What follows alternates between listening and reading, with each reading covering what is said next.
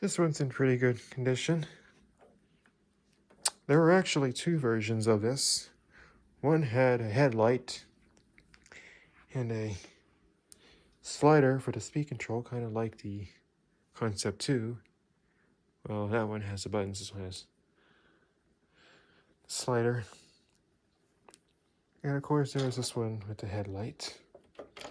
And to me, these are actually more, I think these are more of an Elite than a Concept, because they're pretty much configured like an Elite, like the hoses on the side and the cords wrapped around the back. Base is like an Elite. I'll let you be the judge of that.